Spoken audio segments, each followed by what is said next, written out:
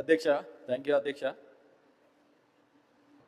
నిరుద్యోగులే మొన్న నేను TGPSC chairman దగ్గరికి పోయి కూడా లెటర్ ఇవ్వడం జరిగింది అధ్యక్ష. పిటిషన్ ఇస్తున్నా అధ్యక్ష, పిటిషన్ ఇస్తున్నా. దాంట్లో ఏమైంది అధ్యక్ష, యాక్చువల్ ఆడ వీళ్ళు ఒక జీవో పాస్ చేస్తే ఆ జీవో పాస్ చేస్తే మీతో కూడా అది నోటిఫికేషన్ ఇవ్వడానికి ఉంటుంది అధ్యక్ష. అదేవిధంగా నేను పోలీస్ డిపార్ట్మెంట్ డీజీపీ గారి దగ్గర కూడా పోయి ఇవ్వడం పోయింది అధ్యక్ష.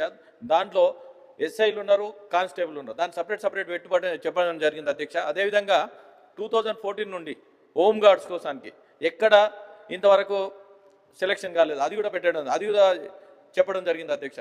నిరుద్యోగుల విషయంలో మీ ద్వారా మంత్రి గారు కోరే ఏంటంటే మరి వాళ్ళకి ఇస్తారా ఇవ్వరా, లేకుంటే జీరో క్యాలెండర్ రిలీజ్ చేస్తారా? చాలామంది వెయిట్ చేస్తారు అధ్యక్ష. నేను నిన్న ఒక 3 రోజుల కింద సెంట్రల్ లైబ్రరీ పోయిన అధ్యక్ష. వాళ్ళు పండుగ అనకుండా అక్కడనే ఉండి అక్కడనే తినుకుంటూ ఉంటారు అధ్యక్ష. ఈ గ్రూప్ 1, గ్రూప్ 2, గ్రూప్ 3, గ్రూప్ 4 అన్ని శాఖల్లో అదొక క్యాలెండర్ రిలీజ్ చేస్తే వాళ్ళకి ఎప్పుడు వస్తుందో దాని ప్రకారం వస్తుంది అధ్యక్ష. మళ్ళీ ఒక ఇండెంట్ కూడా రైజ్ చేయలేరు అధ్యక్ష. ఇండెంట్ రైజ్ చేస్తే ఆటోమేటిక్ పోవడానికి వాళ్ళు ఇవ్వడానికి ఉంటుంది అధ్యక్ష.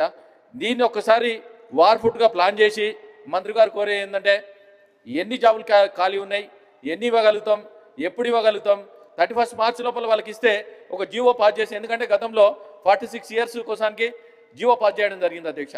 ఆ జీవో పాస్ చేసి ఎందుకంటే చాలామంది వెనుకబడ్డారు, ఎందుకంటే 12 ఇయర్స్ నుంచి ఆగిరు. ఆ జీవో 46 మంత్రి గారిని కోరే ఏంటంటే 46 ఇయర్స్ కోసానికి ఒక జీవో పాస్ చేస్తే ఉన్న ఖాళీలు ఏవైతే ఉన్నాయో వాళ్ళ దగ్గర 4500 ఉన్నాయి, రిలీజ్ చేయడానికి రెడీ ఉన్నారు అధ్యక్ష. అది 100% చేయాలి. అదేవిధంగా మిగతా ఖాళీలు ఏవైతే ఉన్నాయో ఆ ఖాళీల కోసం డిపార్ట్మెంట్ వైజు, హెల్త్ డిపార్ట్మెంట్, అన్ని డిపార్ట్మెంట్ల వైజ్ చాలా ఖాళీలు ఉన్నాయి. అదేవిధంగా ఈ అవుట్సోర్సింగ్ విషయంలో కూడా ఇప్పటివరకు అవుట్సోర్సింగ్లో 5,21,000 మంది ఉన్నారు అధ్యక్ష. ఈ అవుట్సోర్సింగ్ని ఎత్తేసి కార్పొరేషన్ చేస్తే వాళ్ళకు వచ్చే శాలరీ ఏదైతే ఉందో, మీరు ఇచ్చే శాలరీ ఏదైతే ఉందో వాళ్ళకి నేరుగా 8,000 రూపాయలు డిడక్ట్ కాకుండా, లేదా 400 కోట్లు ఇంట్లో కుంభకోణం జరుగుతూ ఉన్నది.